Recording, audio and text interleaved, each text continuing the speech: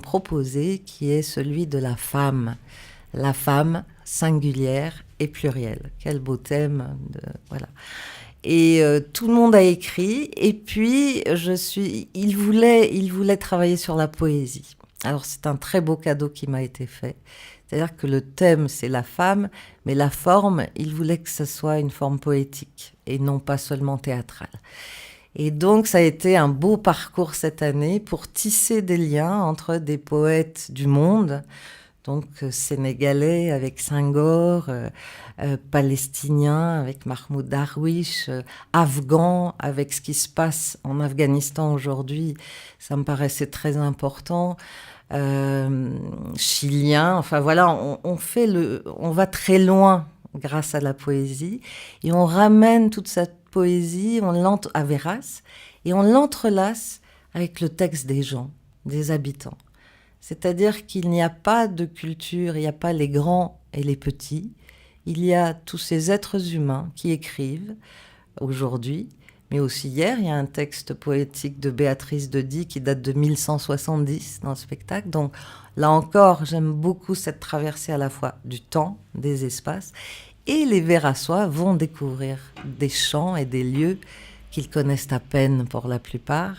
Et les enfants sont déjà tout excités parce qu'on ne leur a pas montré l'itinérance en entier. Ils ont une grande scène dans un parc, mais ils vont découvrir dès ce soir des lieux de leur village où ils vont à l'école et qui sont complètement mystérieux, inconnus. On va ouvrir des portes fermées.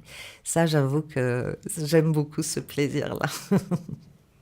Donc Véras ce week-end avec l'association Véras en poésie.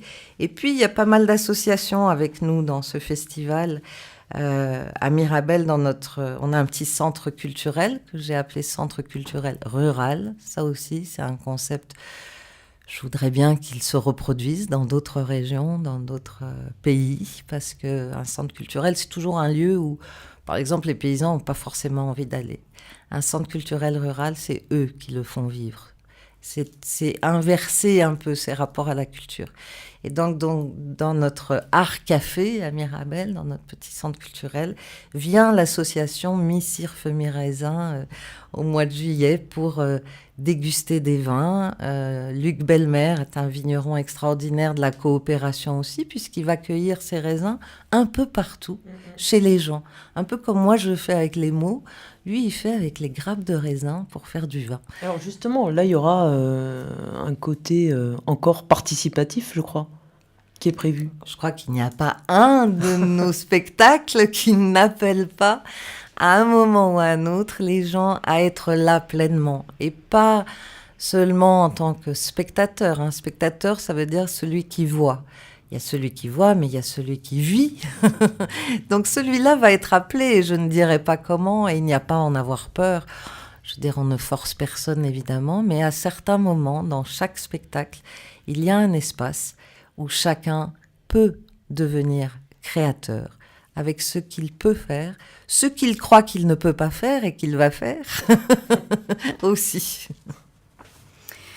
Moi, j'aimerais bien aussi qu'on parle justement du spectacle Prométhéeus pour lequel vous êtes donc actuellement en résidence à la Ville-Dieu et qui sera joué donc dans le cloître de la Ville-Dieu. Oui. Prométhéeus, c'est notre création 2012 de la compagnie Zarina Khan. Vous voyez, on en fait plusieurs dans l'année. Il y a Véras ce week-end, mais Prométhéeus, ça a été comme un cri qui m'est venu au moment où l'Ardèche a été secouée par les gaz de schiste.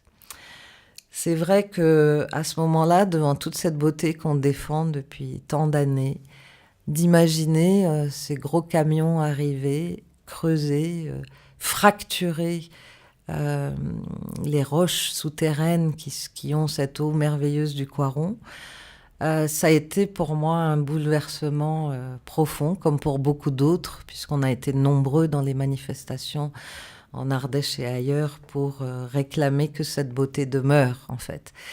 Et c'est le mythe de Prométhée qui m'est apparu à ce moment-là. J'ai toujours tendance à revenir loin dans le passé pour trouver la source première, c'est-à-dire qu'est-ce qui fait qu'on peut répondre à ces agressions inacceptables, à ce qui va nous détruire, nous, humanité. eh bien, tout est aussi dans les mythes, dans les grands personnages du passé. J'ai travaillé sur Socrate il y a 3 ans à Vals-les-Bains. C'est une création qui a beaucoup tourné. Et là, il me paraissait qu'il y avait un personnage de la mythologie grecque, ce titan Prométhéeus, qui a osé enfreindre l'autorité des dieux, l'autorité de Zeus, pour aller voler une brindille de feu et l'offrir aux humains qui allaient disparaître sans elle.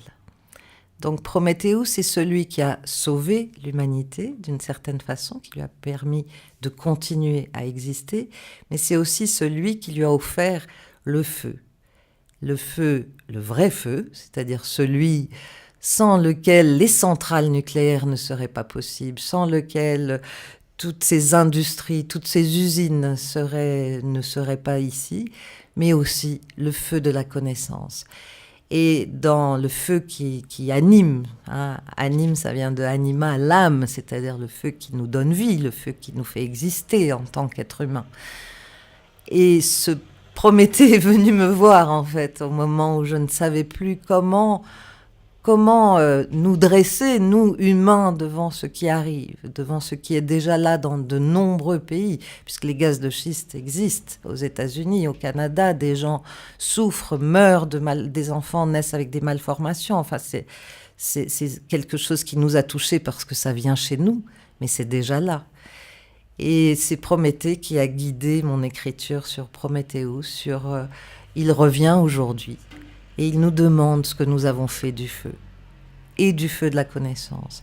Et comment aujourd'hui nous pouvons non pas faire marche arrière, parce que l'humain ne sait pas faire marche arrière, et heureusement, mais comment avancer, peut-être plus lentement que nous ne le faisons depuis une 40aine d'années, mais avancer ensemble en modifiant suffisamment nos comportements pour que ce que nous avons mis en place, cette croissance démesurée, cet argent qui nous abîme, décroisse et devienne une coopération. Donc là, on utilise beaucoup, il y a une phrase très simple, c'est si au lieu d'égaler les dieux, nous tentions d'égaler la fleur et l'abeille. Encore une fois, la nature a proposé des modes de coopération entre insectes, entre animaux. Pourquoi l'humain ne pourrait-il pas s'en inspirer ? Donc Prométhéeus, c'est important dans notre parcours de compagnie, puisque on a envie de le tourner, on a envie de l'offrir, on a envie de le jouer. Je veux dire, là, encore une fois, c'est une participation solidaire au cloître de la Ville-Dieu. Donc les gens, on a mis des tarifs parce que les gens nous ont dit « mais il faut nous dire un peu combien, qu'on sache, sans ça on n'ose pas, on ne sait pas ». Mais voilà, chacun viendra avec ce qu'il est, avec ce qu'il peut faire.